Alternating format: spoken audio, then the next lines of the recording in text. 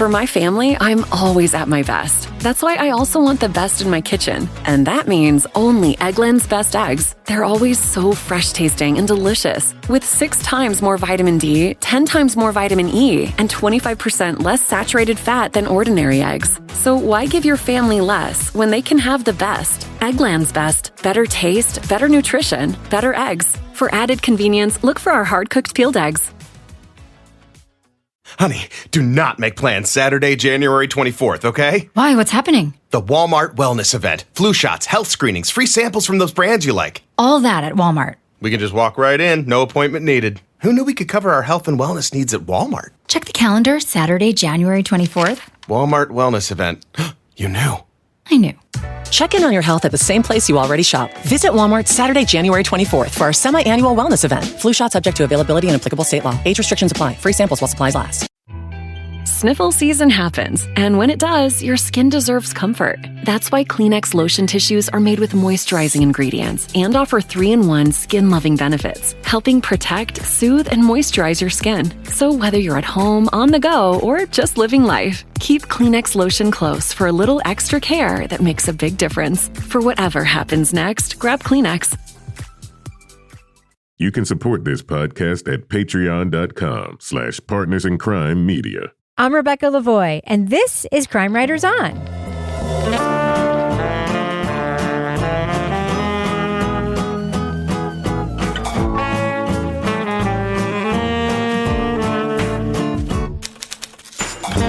Crime Writers On is the original true crime review podcast that digs into true crime, pop culture, other podcasts.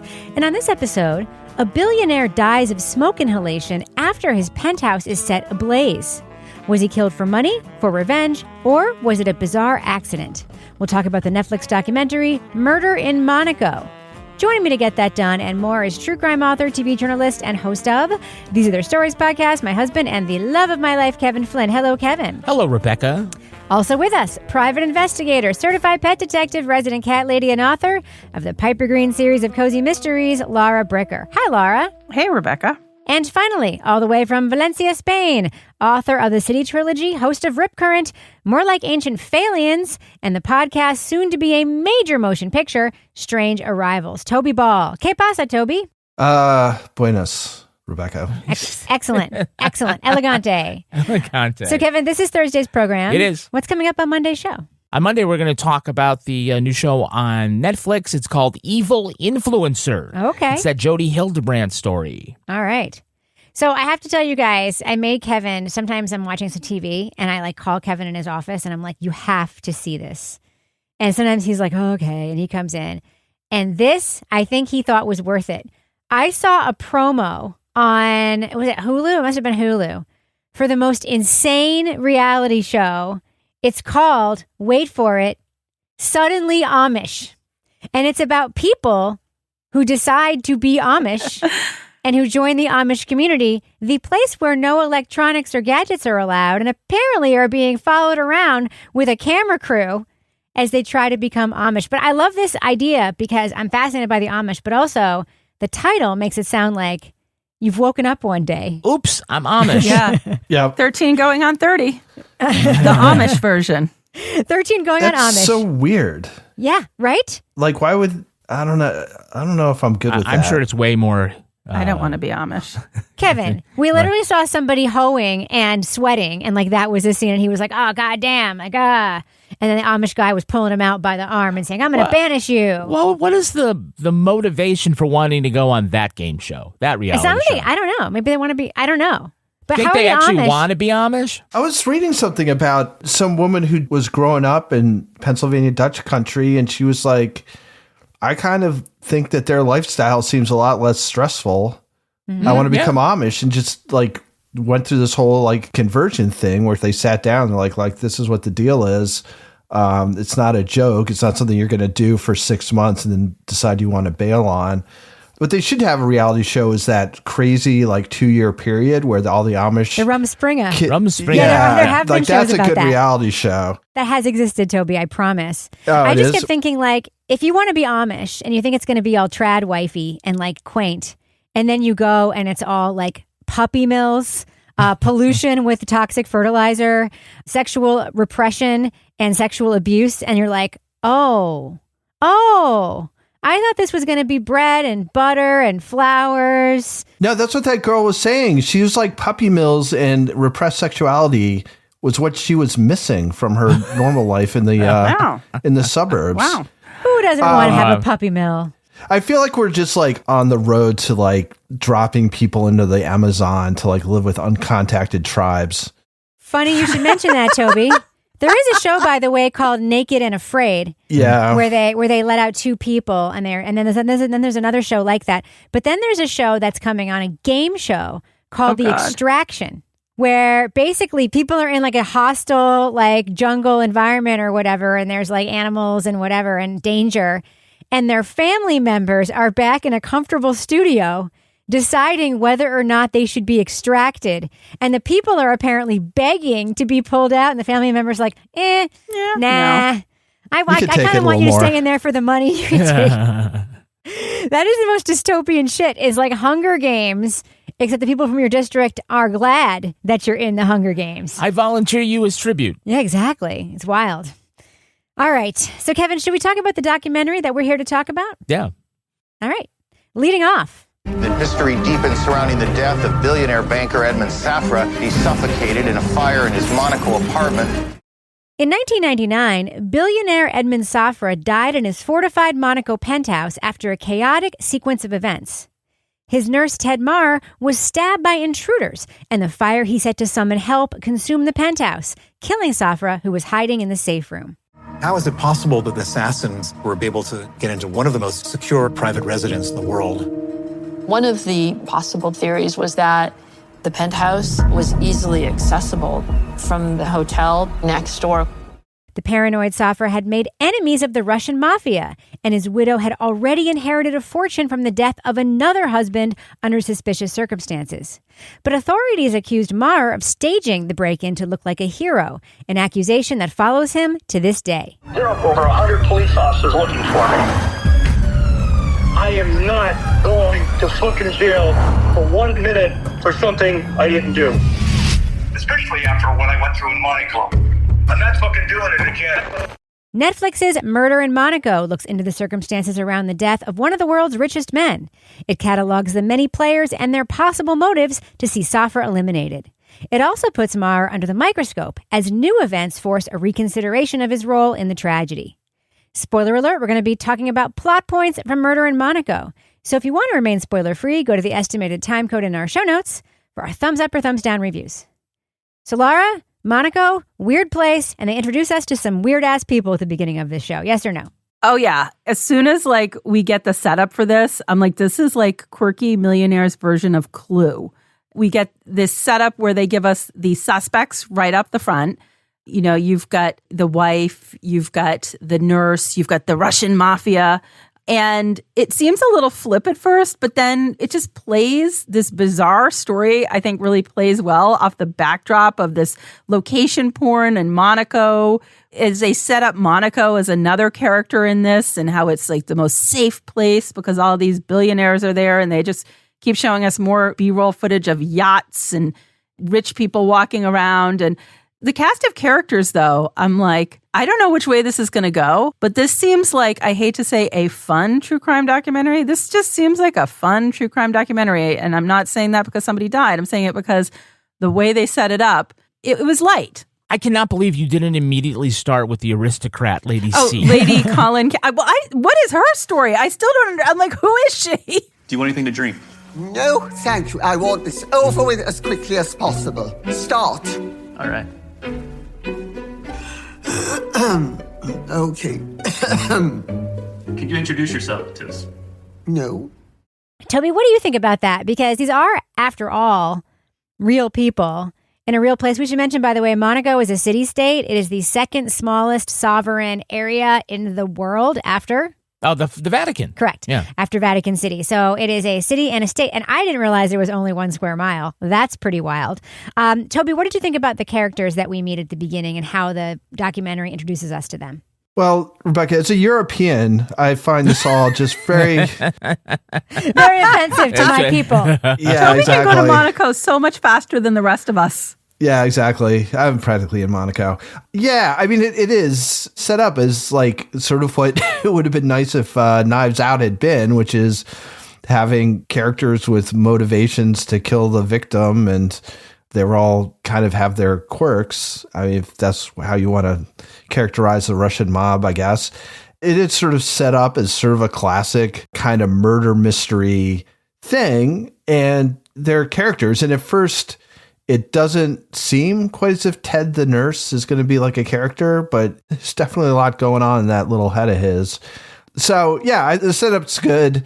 I agree with Laura. Like, yeah, it's a little glib, given that somebody actually, well, two people like asphyxiated in a fire in a safe room. But if you kind of get past that, it, you know, just that the fucking people are bizarre, and just Monaco's bizarre. Rich people are weird, man. They're weird. So, Kevin, I think this documentarian went into this project with like, was it a did he or didn't he project, right? Did Ted Maher actually do it, as everybody seems to think? I kind of get the impression that that was the angle kind of going. And what do you think about Ted? Because we meet him, we get to see him in these shots where it seems like he's reacting to things that have happened to him, and, you know, and he just seems like a dude. So what do you think of him as this is unfolding? Well, I love a good unreliable narrator story. And so here comes Ted. And yeah, you know, I mean, in the beginning, they sort of like lay out like who are the different people, the different suspects. And they're like, and the nurse, Ted. And so, okay, so you knew he was on the board. And, you know, you kind of like wait to get around to him. But, you know, his story is like, oh, no, he was a hero. He got stabbed, and he was a Green Beret, was it? And all this other stuff. I did kind of get suspicious when he said that he thought the best way of summoning help after giving up his cell phone was to start a small fire to set off the fire alarm. Who the fuck does that? That seemed a little fucking weird. The only alarm that Ted knew was a fire alarm. We had a small trash can there. In French, it's called a poubelle. I put it right underneath the smoke alarm, and I lift some tissue into the can. And the alarm went off. Vivian's calling on my phone. I'm like, damn, somebody has to come. Because I think a little fire in a wastebasket, once it's accomplished, you think its purpose, you could stamp it out. You know what they also probably had in that penthouse were telephones. Telephones, yeah. I mean, there was some stuff about how they were still talking to Safra on the line, like an hour later or something, but he was still convinced there were intruders outside. So they didn't go in. So he didn't come out. Yeah. And they also didn't go in. And they didn't go in for like this an other hour thing. Or whatever. Right. That's why he died. Because Ted needed to start a fire to get help, and then he went down the elevator all bloody and told the doorman. You know, it's like the actual fuck. So, like, I think that the way they set it up, they edited it, played it kind of straight, but he's a good guy telling it kind of straight. And so I was like, for much of it, and then we get to come back to him at the end. I really love the setup of this documentary. I really especially love... this happened when, Kevin, in the 80s? 1999. 1999, okay. People looked a little more 80s than that to me. But, okay, 1999, I don't really remember this news story at all, but it was a huge news story, a worldwide news story. And there weren't nearly as many billionaires in the world then as there are now. Like, there used to be just a few billionaires in the United States, and now there's something like 800 or whatever. So this idea that this man was like living up here was true. And I love the scene setting, sort of describing his apartment, and like just very openly that New York Post reporters like, this wasn't like a regular apartment. It was like a fortress. And like the way that those things were sort of laid out for us, and all the boom shots and drone shots and, you know, these angles, I really liked that. And to me, it did set up that the place was part of the documentary as a character. But Laura, what did you think about the forensic evidence that we saw in the series?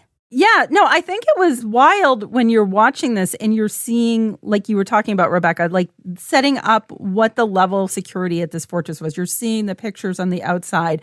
You're seeing the photos and videos of the damage after this fire and looking inside. And you're like, how in the world did somebody get inside of this? It's like getting in Fort Knox, like wealthy person Fort Knox. And, you know, that's when I started to think, you know, okay, like the Russian angle was interesting and all, especially as we were sort of seeing some of those characters. But that's why I'm like, there's no way somebody got in. So who was already inside that could have done this? And that's where you start to kind of shift what you're thinking in terms of like the red herrings that have been out there and the misdirection in this. But just looking at like, this is the most secure place that you can imagine. So the security around him was massive security. It was a team of up to 25 security guards. They were from specialist army units like the Mossad. It's like we've talked about recently when we watched the Knives Out, like the perfect murder. Like, how could somebody have done this when everybody was there? How could somebody have gotten inside this place with this level of security with a nurse who's also a Green Beret? I love a fortress. I really do. I don't want to live in one, but I love seeing how they work. Put a moat around your Studio C over there and yeah. I would do that. So, Toby, we do end up with another interesting suspect, and that is Safra's wife, Lily. What were your general thoughts? Because you were less owl theory and more Michael Peterson's previous wife also died in suspicious circumstances. So when you hear that happened here, that Lily's previous husband died under suspicious circumstances, were you like, it could be her? Yeah. I mean, I thought it could be her. Like, there's something going on with her, definitely. Like, who knows if she killed her second husband or not, or killed Safdie. But, the whole thing where people in Brazil won't talk about her and they're scared of her and all this stuff. Yeah. And I think just, to go from a middle-class woman in Brazil to, like, the richest socialite in the world, that takes some pretty extreme ambition. And I think you couldn't really like definitely rule it out at the beginning. Like when she was put forward as a suspect and they kind of give you a little bit of her background. It's like, well, I guess you can kind of see that. And then, there's all that stuff about the wills and everything. Like, I don't quite understand. And this is, I think it's just because I'm not rich and I don't get it. But the idea that if you've already got like $1 billion, like you want to kill your husband and change the will so that you have $4 billion, it's just like, that's just another $3 billion you're not going to be able to ever spend, and your kids aren't going to be able to spend, and your grandkids aren't going to be able to spend. You're like way down in the generations before anybody's actually going to benefit from that extra money. But Elon Musk seems to be grabbing it with both hands, even though he's got more money than he knows what to do with. Yeah, he's going to be a trillionaire. He's the world's first trillionaire. Kevin, what do you think about Lily the widow? Why would anyone suspect her? Just because her husband killed himself by shooting himself in the chest twice. What a crazy detail. It's like whatever. And, right, she ended up coming up from almost nothing to being a billionaire. And Rebecca, you were saying when we were watching this how she was able to do that. I was? Yeah, you said she had a magic. Oh, I did. I was like, she must have a magic. Also, but her hair was pretty magic too, like a whole can of Aquanet every single day. Her whole head was, didn't move. It's pretty incredible. I was like, she must have a magic. Are you going to say you don't have to have a magic to be in our Patreon group? In our Patreon? Exactly. Right, we're in the business section. Yeah. You could have just a regular old and we would still take you. Really? Yeah, exactly. We take all kinds, and all kinds. All kinds. You don't even need one at all. You don't even need one at all. No, you can have two. We don't care. It could be magic. God. It could be plain Jane. It could be. We don't care. Jesus. Oh. All right. We don't care. Laura, it's just natural. Why are you denigrating it so much? I'm not. I feel like we're getting a lot of information when I want to just hear what's on our Patreon. Oh, okay. What's on our Patreon, Kevin? Thanks for keeping us on track. Yeah. Well, now that we've thoroughly sold it, we tell you to come to patreon.com/partisancrimemedia. Get all sorts of exclusive content.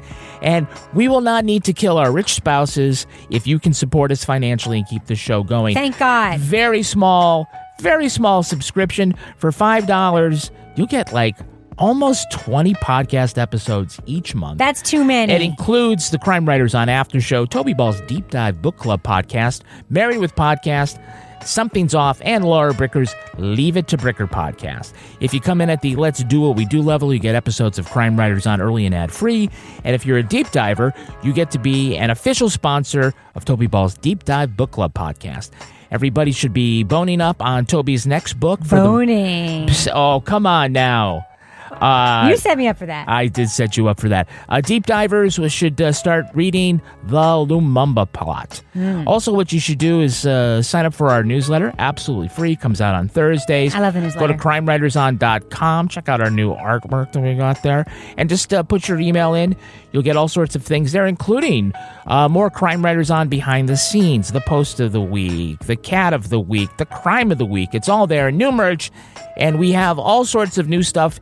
T-shirts, sweatshirts, tote bags, trucker hats that say "Tu gato es elegante." Elegante. Yes. And I got to say, Laura, we even have them in women's leggings. That's right. That say "Tu gato es elegante." It's not in the right spot, though.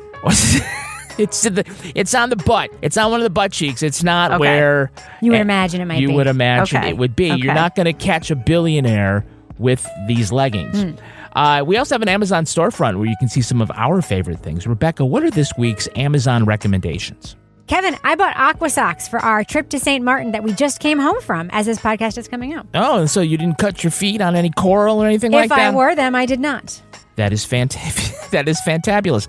Toby, what are your listener-inspired Toby Ball's deep cut recommendations? All right, I love this one. I don't even know if this is a word or an acronym or what, but it looks like Tehdycu, Tehdycu. Wee yogurt jar lids, 6-pack bamboo covers, perfect for 5-ounce wee yogurt jars, food-grade reusable wooden canning lids with airtight seal ring. I know what that is. So there's this brand of yogurt called Wee, which is that comes in these glass jars. People love the jars, and so obviously that's that you can keep using. You got a little cover for it. It's reusable and it's made out of bamboo. Save the earth. Use it for your overnight oats or whatever. Yeah. This is another one of those mysterious ones. Bog bag. Original large tote, 19 inches by 14 inches by 9 inches, durable, washable, tip proof, beach, pool, boat, work, sports, and then in parentheses says mushroom. That's a lot of mushrooms. That's a lot of mushrooms. I really like how these kinds of tote bag purveyors always assume that we all have boats. Yeah. Bring it on your boat. You can see all of our recommendations, including all of Toby Ball's 2026 books for the deep dive by going to our storefront at amazon.com/shop/crimewriterson. Crime Writers On. We earn commissions on qualified purchases. Jeff Bezos needs the money. Before we're in the business section, Kevin, do we have any Patreon patron saints of the week this week? Our Patreon patron saints are Brian Bird and Lindsay Demblowski. Bless you. Kevin, that was so sexy. Yeah, what can I say? I had my aqua socks Is it because on. you saw Brian Bird there and you were like, I got to say this name with like resonance? I want Brian to know. Brian has been with us on Patreon for a million years. Hi, Brian, with a Y. And Lindsay as well. So they really needed to get a nice shout out from us. I really love those guys. Thank you so much for supporting us on Patreon. It really helps us keep the show going. We've been doing it for more than a decade, in large part because you support us on Patreon. We couldn't do this without your help, without your support. There's 4 of us here doing a lot of work every week to get this show on the air. So thank you. And thus ends the business section. Kevin, who's our next sponsor? Oh, well, we are beginning the year with our friends from Quince. Our friends indeed. Yeah. Are you starting the year needing a wardrobe refresh? Maybe you got too many robes for Christmas and not enough all great the moms sweaters. with their robes. Yeah. Look, you got to be layering. You got to be mixing. You got to be building a wardrobe that lasts. And with Quince, their versatile styles make it easy to reach for them day after day. I just bought from Quince basically my new favorite sweater. Yeah. It's a Mongolian cashmere kind of boxy cropped cardigan. It is this beautiful color, heather truffle brown. It goes with neutrals. It goes with black. It goes with jeans. It goes with skirts. I love this sweater so much. You are going to be seeing a ton of it this winter. Yeah, that works because Quince also has these beautiful 100% silk tops and skirts to easily, you don't want to say mix and match. Oh, you can mix and match. Okay. You can say that. Yeah. Refresh your wardrobe with Quince. Don't wait. Go to quince.com/crime for free shipping on your order and 365-day returns. Now available in Canada, too. Bonjour, hi. That's QUINCE.com/crime to get free shipping and 365-day returns. Quince.com/crime. Why are there so many cat litters? Maybe the litter companies want you to have something to switch to every time you don't find the one. Or you could find Boxy. Boxy Pro is the first probiotic-powered litter. Yep, probiotics are right in there, where they stop the bacteria that cause odors. They keep your cat's paws cleaner, too. Something to think about as he stands on your face. Find out more at boxycat.com/podcasts. That's BOXIECAT.com/podcasts. And enjoy 30% off your first boxycat.com order with code PODCAST. Well, the holidays have come and gone once again, but if you've forgotten to get that special someone in your life a gift, well, Mint Mobile is extending their holiday offer of half off unlimited wireless. So here's the idea. You get it now, you call it an early present for next year. What do you have to lose? Give it a try at mintmobile.com/switch. Limited time 50% off regular price for new customers. Upfront payment required. $45 for 3 months, $90 for 6 months, or $180 for 12-month plan. Taxes and fees extra. Speeds may slow after 50 gigabytes per month when network is busy. See terms. So, Laura, we saw this New York Post reporter giving us a lot of exposition in this show. Did she seem like she still worked at the New York Post to you? I think this reporter has no more fucks to give, honestly. What do you mean? She was just like sitting there. She's going to like take someone out. Her glasses are all like kind of crooked.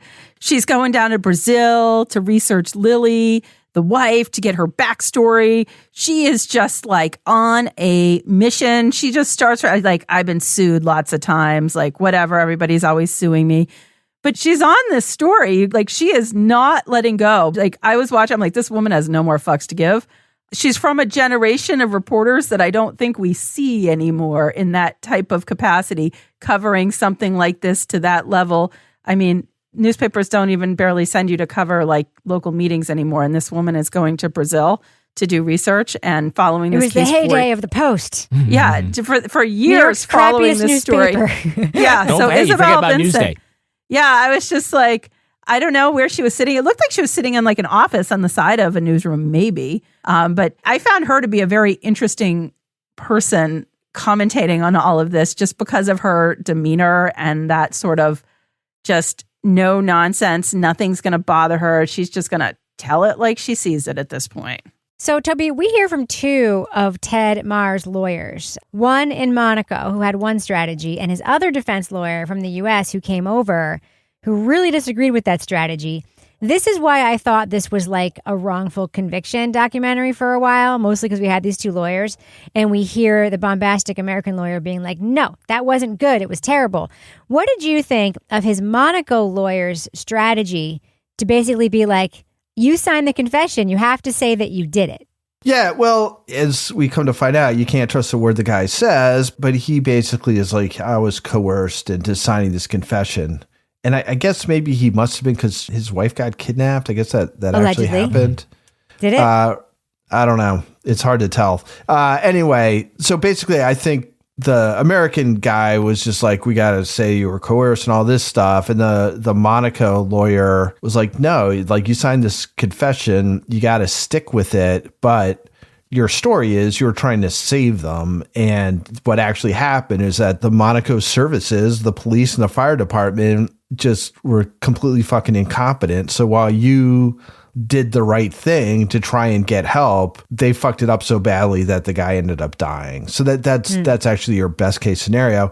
And that to me would have been an easier thing to kind of digest as a juror than it was a forced confession. They had leverage on me, whatever. I mean, I think now, like in 2026, people might be willing to entertain that more because it's just like been more in the news. And I think people are more aware of that. 1999, like, no fucking way. Nope. Like, if you're just like, that was coerced, they're going to be like, yeah, whatever, dude. The Reed technique was all the rage. To me, that made sense. And, you know, it seemed like there was a reasonable chance. And it's kind of interesting because the way the documentary is made, they have to hold back, I feel like, quite a bit of stuff about Ted in order to have the twist, right? So you don't really get a sense of what the jurors like saw during the trial, and whether he came off as being a completely sketchy, lying dude, or whether he was like this sort of all-American looking guy that you kind of get in the documentary up until this point. It was kind of interesting. And then it was just like this idea that this fucking brash, American lawyer was going to come in and tell this like young woman lawyer in Monaco who actually practices there and kind of knows like what the juries might be like and all this stuff. Like she's doing a shitty job. I was just like, all right, just fucking dial it back a little bit, pal. Like you don't have all the answers. Yeah. I mean, but she is a woman, so therefore not as skilled. Well, yeah. Right, Kevin? Yeah, women are tricky. Yes. As Toby likes to say. So, Kevin, you said that Ted reminded you of another protagonist in a podcast we listened to a very long time ago. He kind of reminded me of Bo Bergdahl. In what way? Well, I mean, because if we were to believe one of the narratives here, he set all this up to make himself look like a hero, and to the point where he stabbed himself. And did we ever find out if he actually bashed somebody over the head with a barbell and left it blood? Yeah, okay. There's nobody else there. But I'm trying to remember the disorder that Bo Bergdahl had. Whether schizotypal disorder. Where it was more like a very self-aggrandizing kind of diagnosis. And I was like, this guy is kind of like that. And we've seen actually other suspects and characters and different things that we've looked at that are similar. I don't know why Bo Bergdahl popped in my head recently, but it's like, whoa. Is it because of the long walk? Is that why? The long walk that he walked from Nice. He walked all the way to Nice. This dude, like, not only does he have a plan for getting files into his jail. Apparently, it's like a really tit jail cell, right? Like, people come in fatter because all the cheese that they give him. Yeah. Beautiful dormitory. Did you say it was a tit jail cell? It was tit, right? That's so 80s, Isn't Kevin. that? Yeah, it was like, that was tit, man. Our friend Steve says that. Oh, yeah. It was wicked pissa. Yeah. But he wants to break out. So he gets like his brother-in-law or uncle something to smuggle in these nail files and through a book. And he takes 5 months to Shawshank his way through all the different little bars and then put them back together with cigarette ash and glue. And so his Italian cellmate, who admits that his ass is too fat to fit through the thing or whatever it was, he does all that.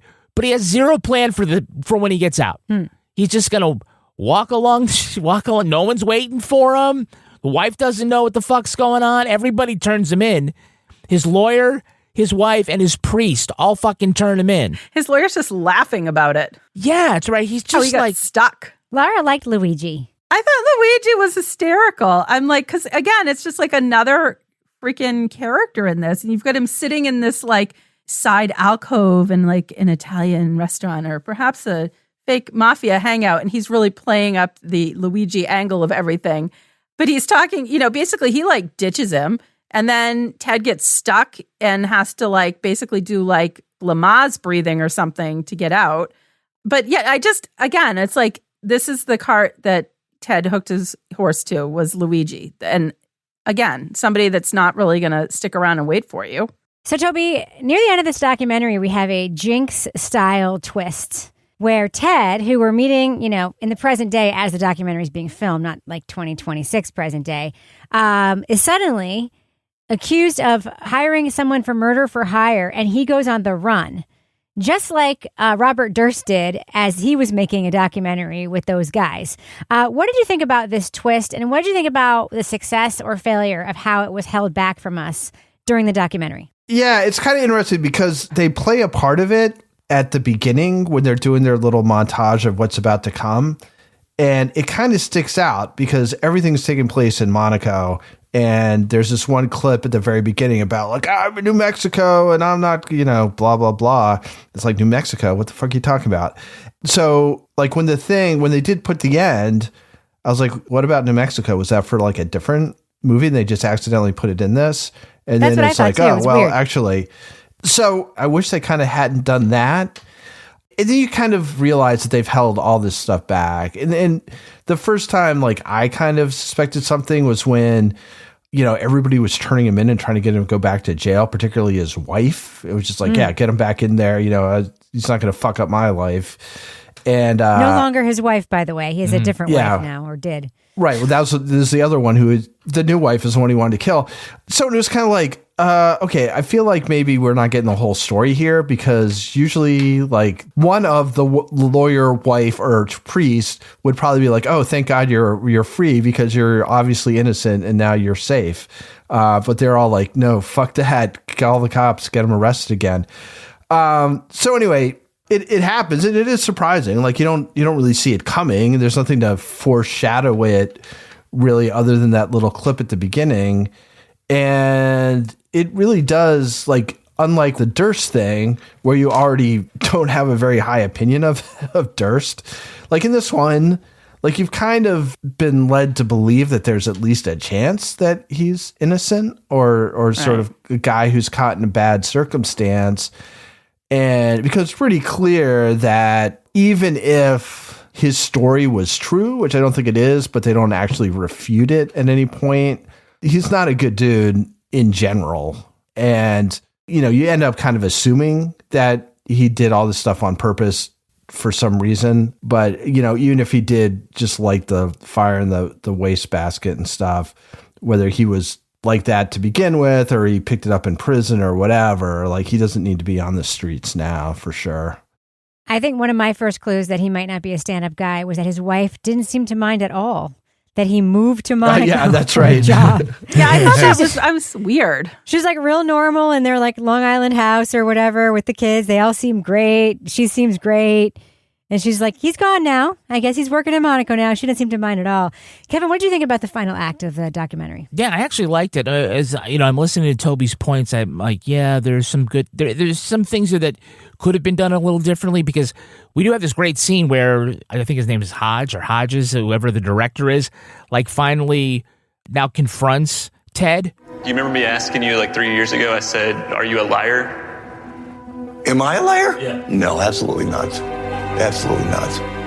I'm going to ask you again. Are you a liar? No, absolutely not. Have you been truthful to me? Yes, everybody in this room. After it's done, he says that he's not a liar and that he didn't do it, and like nobody believes him after that. The only thing I wish that we had seen is maybe the director. I mean, good for foreshadowing it, but I really wish that maybe the director had been slightly more present throughout the main thing. Agreed. Because then it seems like, well, who's this guy now at the end? This is kind of weird. You know, I mean, had a couple. That's what they did in the Jinx. You heard them talking to him the whole time. Yeah, and it doesn't sound so. I mean, we hear him ask, pose a few questions, like to Lady C. Could you introduce yourself? And she's like, no. So I mean, we are aware that there is somebody behind the camera, but I think that ending would have worked a little bit better if then we can, hear a little more about how he now has doubts about Ted. If we could sort of hear a little more, get into his head sooner than that.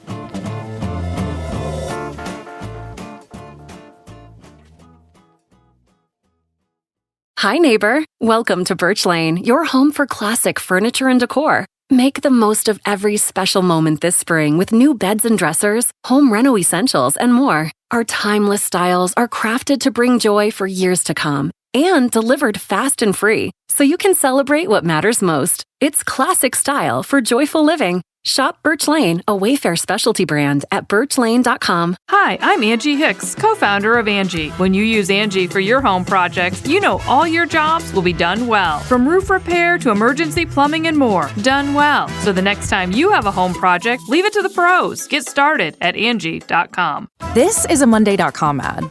The same Monday.com helping people worldwide getting work done faster and better. The same Monday.com designed for every team and every industry. The same Monday.com with built-in AI, scaling your work from day one. The same Monday.com that your team will actually love using. The same Monday.com with an easy and intuitive setup. Go to Monday.com and try it for free. Yes, the same Monday.com. Ah, DSW, birthplace of the humble brag. Here, the shoes are so good, no one would ever know how little you paid. If you didn't go telling everyone, that is. And with never-ending options for every style, mood, and occasion, all at really great prices, we'll definitely give you something to brag about. So go ahead, stock up on fresh sneakers from your favorite brands, or try those boots you always secretly knew you could pull off. Find the shoes that get you at prices that get your budget at DSW stores or at DSW.com. Let us surprise you. All right, let's do what we do. Let's let our listeners know, should they check out the Netflix documentary, Murder in Monaco? Laura Bricker, thumbs up or thumbs down for this doc?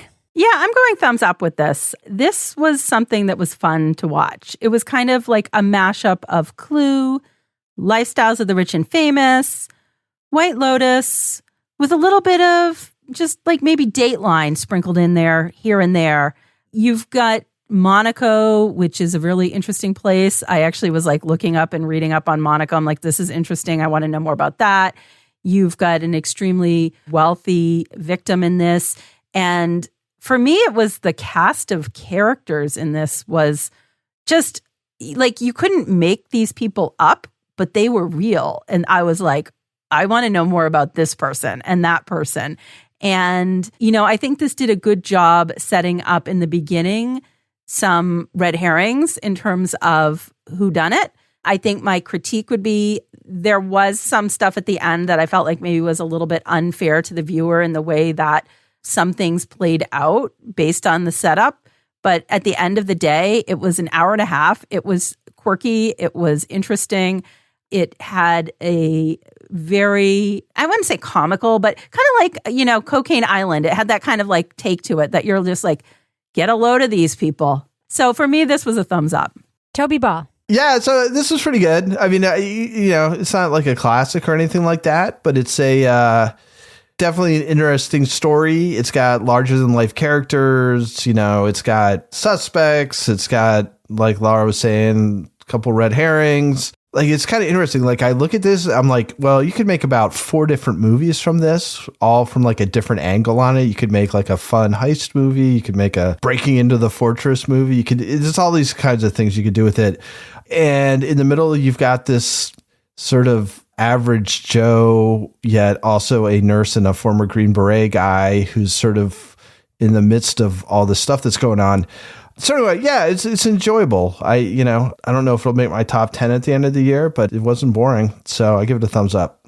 Kevin Flynn. Yeah, thumbs up, mild thumbs up. You know, you're right. It's not a classic, but it was very interesting and it kept my attention throughout. There was certainly enough red herrings that it bounced back and forth a little bit on that. I thought that the way that it ended, you know, made it more satisfying than a typical retrospective.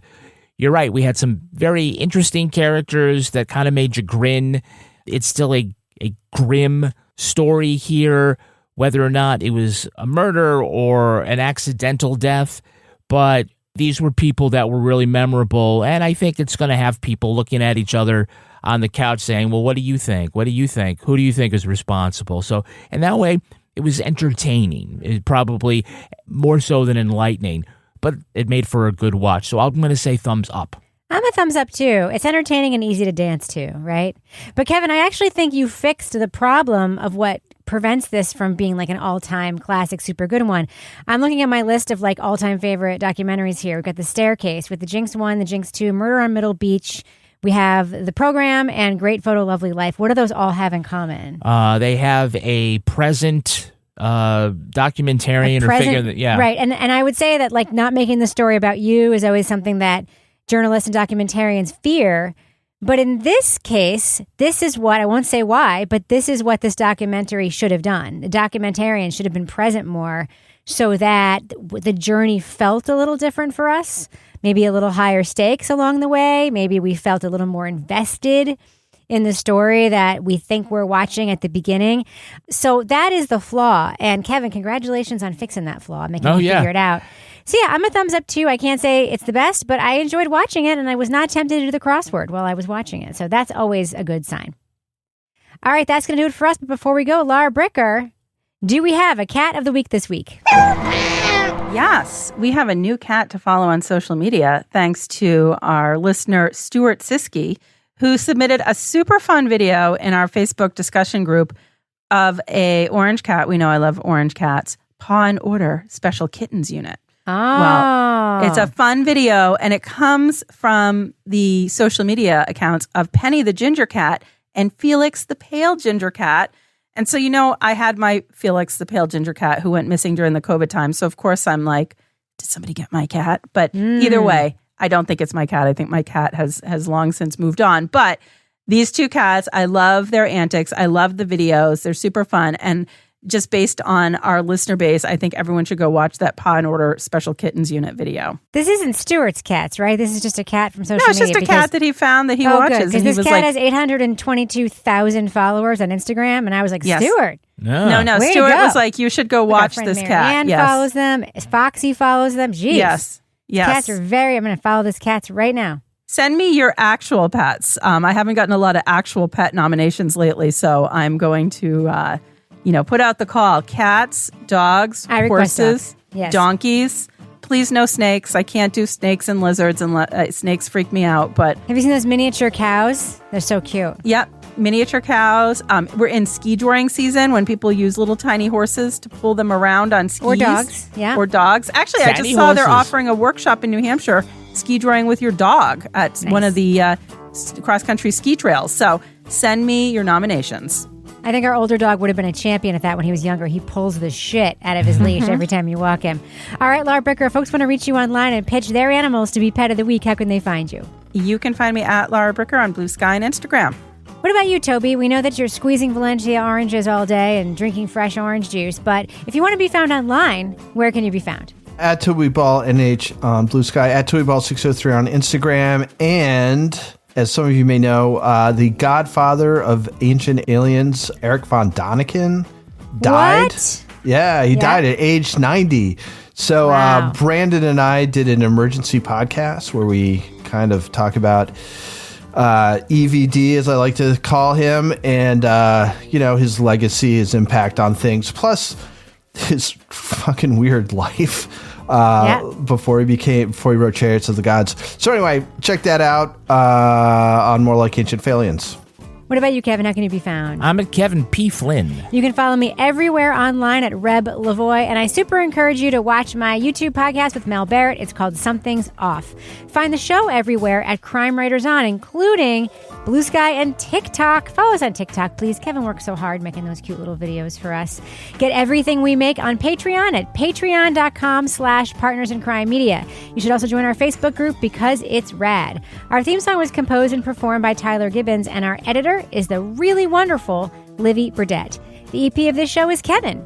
This show was recorded in the Caitlin Rogers Project Studio, also known as Studio C, the closet in our New Hampshire basement, where we also try to get attention by starting fires.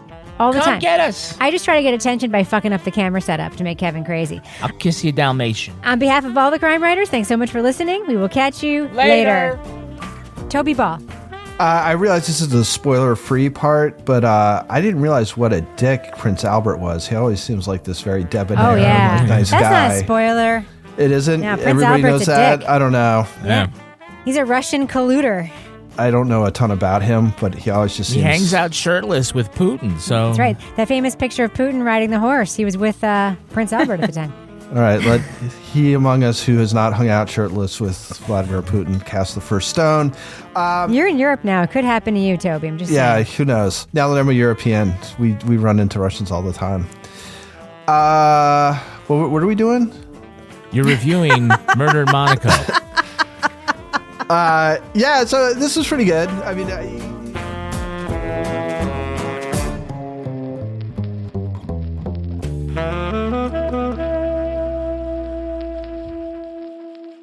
Partners in Crime Media.